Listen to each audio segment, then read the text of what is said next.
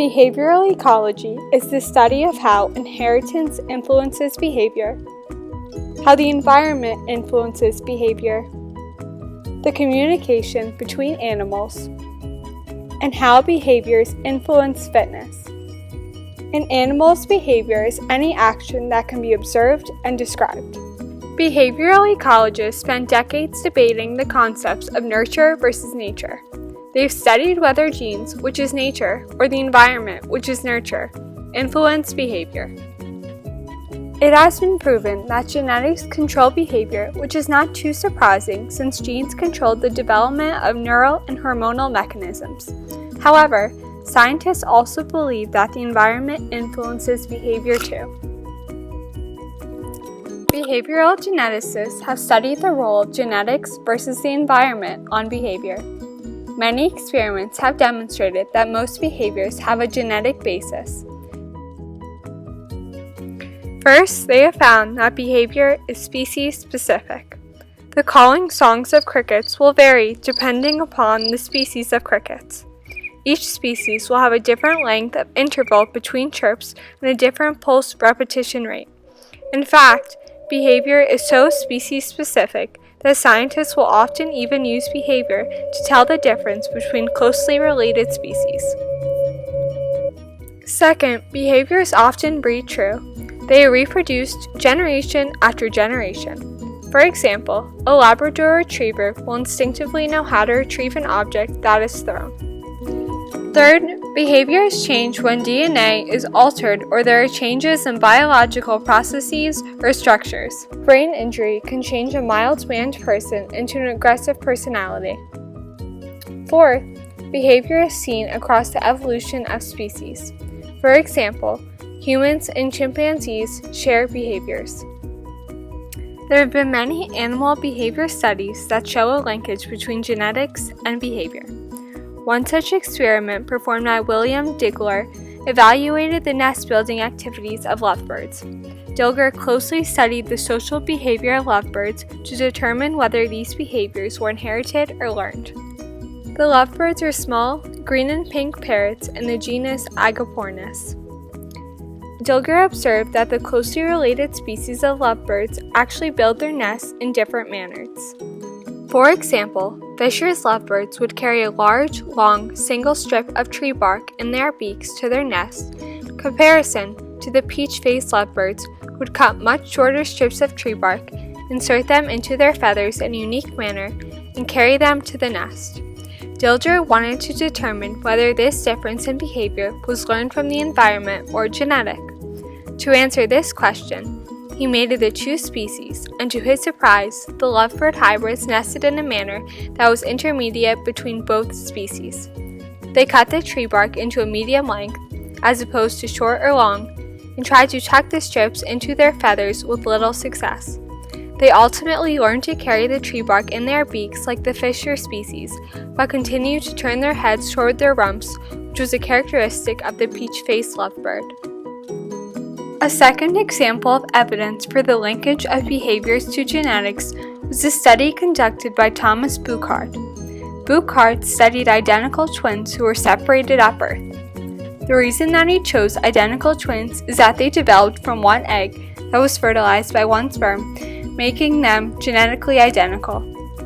Burckhardt wanted to see how similar the behaviors of the identical twins would be, since they grew up in different environments but yet had the same genetic heritage. One set of identical twins that Burckhardt studied were James Lewis and James Springer, the Jim twins, who were separated at birth. When they were reunited in adulthood, they showed a surprising amount of similarities. They each had first wives named Linda, second wives named Betty, police training, childhood pets named Toy, the same drinking and smoking habits, nails that were chewed to the nub, and firstborn sons with the same names.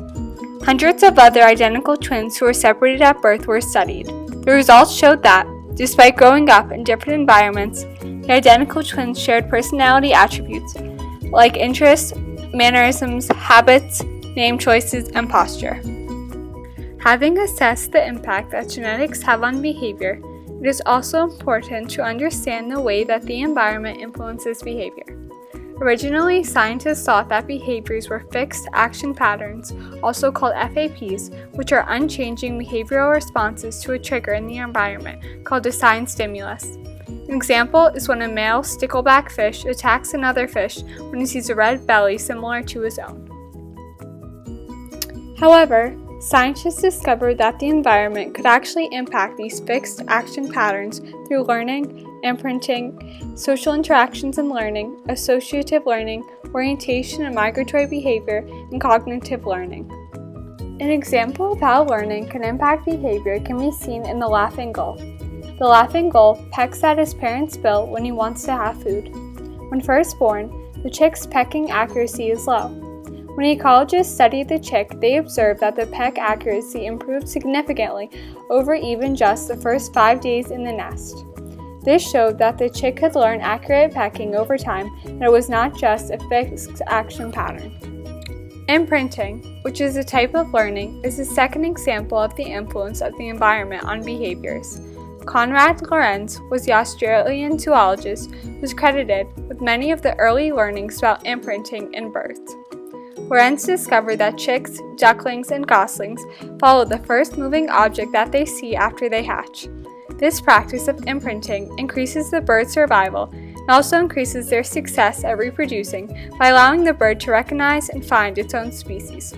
Lorenz, however, found that these birds can actually be imprinted on any object, such as a human, not just their parent, as long as it is the first moving object that they see within 2 to 3 days after hatching, which is called the sensitive period. Social interactions are a third way that the environment can influence behavior. White-crowned sparrows were studied by behavioral ecologists to learn more about the influence of social interactions and learning. These white-crowned sparrows sing a song that is unique to the species to which they belong. The way that these birds learn their species-specific song was tested. Some birds were isolated so that they did not hear their species song, and therefore they could only sing a song as adults that slightly resembled the song of their species. A second set of the birds were played tapes of the songs that were sung by the adults in their species.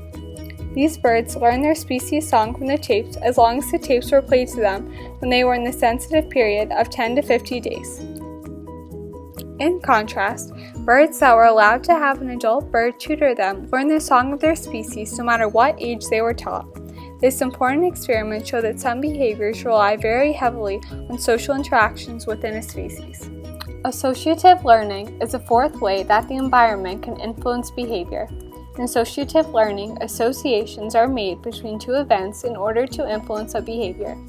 Associative learning can take place through classical conditioning and operant conditioning. In classical conditioning, two different types of stimuli are paired together at the same time, which results in the animal making a linkage between them. The most well-known experiment which demonstrates classical conditioning was performed by Ivan Pavlov, who was a Russian psychologist. Pavlov conducted an experiment on dogs which he knew salivated every time they saw food. Pavlov rang a bell at the exact time that the food was shown to the dogs. Over time, the dogs were salivating every time the bell rang, even if they were not given any food, since the connection had been made between the bell and the food. Pavlov demonstrated that an animal could be conditioned to link a certain response to a certain stimulus. In operant conditioning, the response that is given to a certain stimulus is strengthened. B. F. Skinner, who was an American psychologist, studied operant conditioning. Skinner observed rats who were placed in a cage and given sugar pellets whenever they pushed on a lever. The rats learned that they would be rewarded with sugar every time they pushed the lever in the cage, therefore the association between their response and the stimulus was strengthened. In another experiment, Skinner taught two pigeons to play ping pong by rewarding them with food when they scored a play. Orientation and migration are also examples of the impact that the environment can have on behavior. Orientation and migration take place so that animals can go to an environment that will give them a better chance at survival and reproduction. As an example, birds will use their orientation, which is the ability to understand direction, to travel to the south in the winter and the north in the spring. The sun and the stars from the environment are used by birds so that they can orient themselves and find their way during migration. A second example are the loggerhead sea turtles who are born in Florida and then travel to the Mediterranean Sea, which requires swimming across the Atlantic Ocean in order to find food. Finally, cognitive learning can also impact behavior. Animals can gain insight from watching and imitating others. An animal can even learn to solve a problem by using his previous experiences. An example is the research that was conducted by Wolfgang Kohler at the University of Berlin in the early 1900s. He observed that chimpanzees can use insight and cognitive learning to reach food that is placed in positions that at first seem inaccessible. In some of his well-known experiments, chimpanzees discovered that they can stack boxes in order to reach a banana. This experiment was even later replicated by pigeons. As a result of the research done in the areas of learning, imprinting, social interactions, associative learning, migratory behavior, and cognitive learning, there is much evidence that the environment plays a role in influencing behavior. One can conclude that in the battle of nature versus nurture, both sides were right. Genetics are at the foundation of all behavior, but then the environment also plays a role as well. The study of animal and human behavior is complex and must consider the balance of nature versus nurture, which both play important parts.